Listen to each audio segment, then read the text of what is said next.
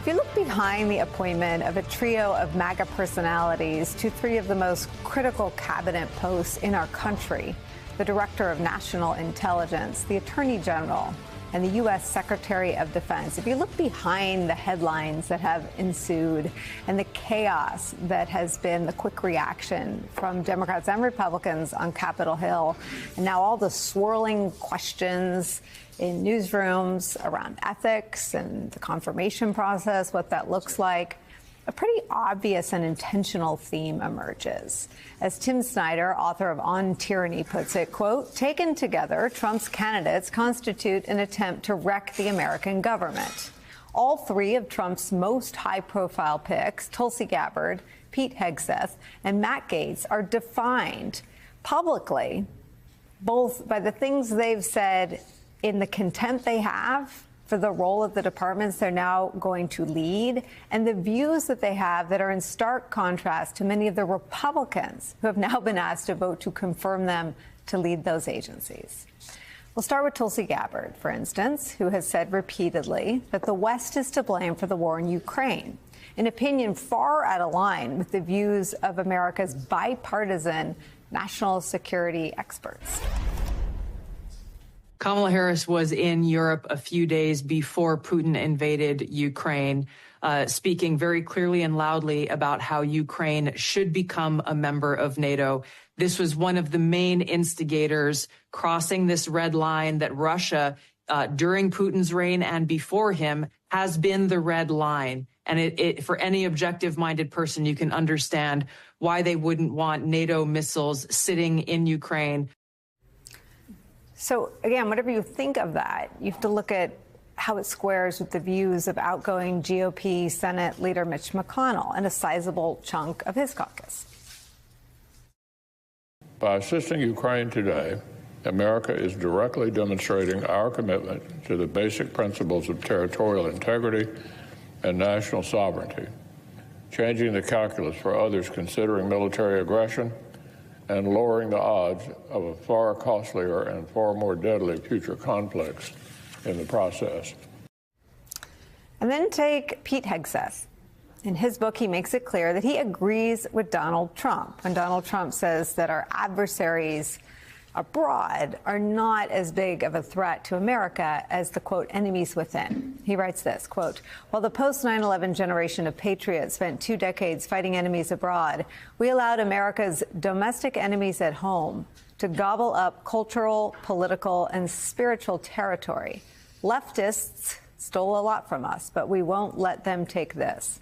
Time for round 2. We won't miss this war, end quote.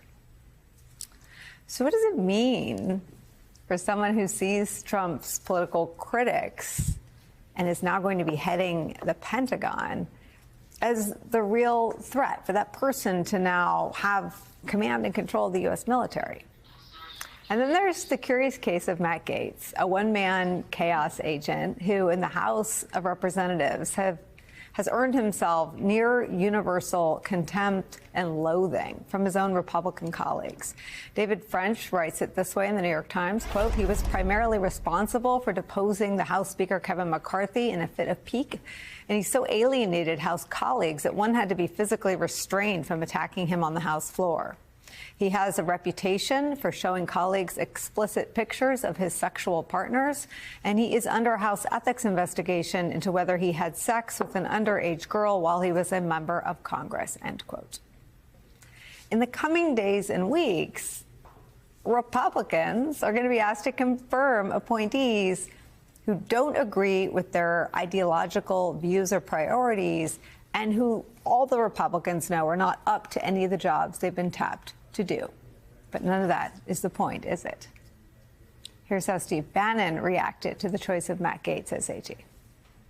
Matt Gaetz is the fiercest of the fierce warriors. He is the firebrand of firebrands. He's going to hit the Department of Justice with a blowtorch. And that blowtorch is a guy named Matt Gaetz. Say a lot of things about Bannon, but at least he says it all out loud, right? And he's been saying it for years.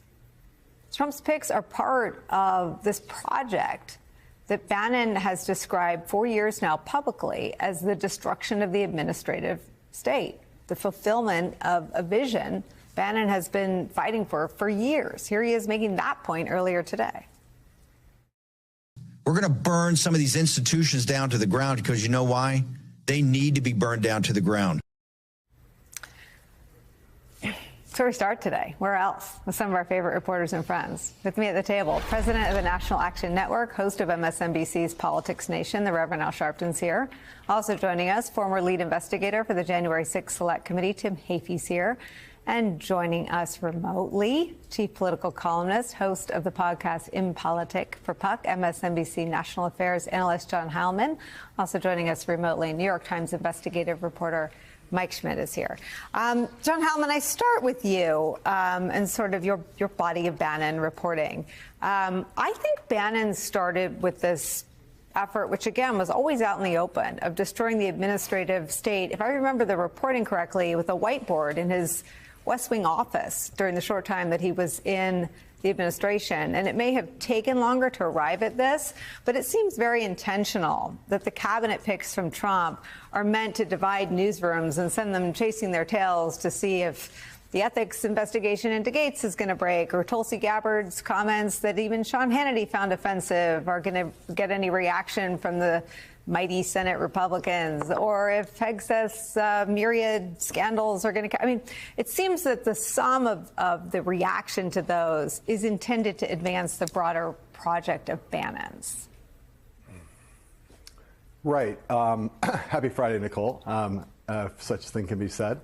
I think that the first time that Steve Bannon ever said the phrase, and it actually is the deconstruction of the administrative state, which is the same thing as the destruction of it, but I think the first time he said it out loud to everybody in the world was in February of 2017 at CPAC, where the Trump forces were ascendant at that point. Steve was in the White House at that point, and he was, I think, interviewed on stage at CPAC by Reince Priebus, or at least was on stage with Reince Priebus. But I think it was Priebus talking to Bannon, and Bannon talked about the big priorities in the Trump term. He talked about nationalism in terms of foreign policy. He talked about nationalism in terms of economic policy. And then the third thing he talked about was this deconstruction of the administrative state. And you know, the one thing Steve is not only someone who's been saying this out loud forever, through that entire, from the moment they walked in the doors there in January of 2017 until now, when Trump was out of office. He's also someone who is unlike Donald Trump, an extraordinarily well-read and sophisticated thinker. And when I say sophisticated, I don't want anybody to think that means I think he's a good thing in terms of some of these thoughts. But I mean, he's someone who has thought a lot about this stuff. He's read his Lenin, and that's what this is really. It's a Leninist project. And I think to your point, Nicolle, I think there's a lot of things going on with these. Some of it is directed at the media, and that's the frame that you were just putting on it, which is to create chaos in terms of how we cover it. But it's also, really importantly, these are tests of the Republicans in the Senate. It is not a coincidence that Trump dropped the Matt Gaetz announcement to basically break up John Thune's welcome party, his victory party, as having won as majority leader on the Senate side, on the Republican Senate side. It was like dropping a turd in his punch bowl at his party, basically, and sort of saying, okay, this is the most unacceptable, or among the most unacceptable people you could ever put in this job. Now, Mr. Thune, pass him, please. And unlike the leadership vote, which is a secret vote, Trump did not want John Thune to be leader. He would rather have had Rick Scott or John Cornyn. This is not a secret vote. This is a public vote. So now every Republican senator is facing the same dynamic that they faced every other time in Trump's political history, which is, do what I say, or I will bring the wrath of MAGA down on you. And I think even in this negotiation, we're seeing go back and forth on the question of recess appointments. He is testing the Senate, and he's trying to make it clear that either you will be my rubber stamp willingly, or you will be my rubber stamp because I force you to be my rubber stamp. He's trying to take away advice and consent from the Senate effectively. And you saw John Thune last night with Bret Baier on Fox News, and he said, well, I'd really rather do it the normal way. We hope we can do it the normal way. But the last words out of his mouth were, nothing's off the table, meaning doing these things by recess appointment is on the table. And you can already see a very familiar dynamic where Donald Trump may end up incredibly, I mean, just mind-bogglingly, he might not be getting his way on these nominees.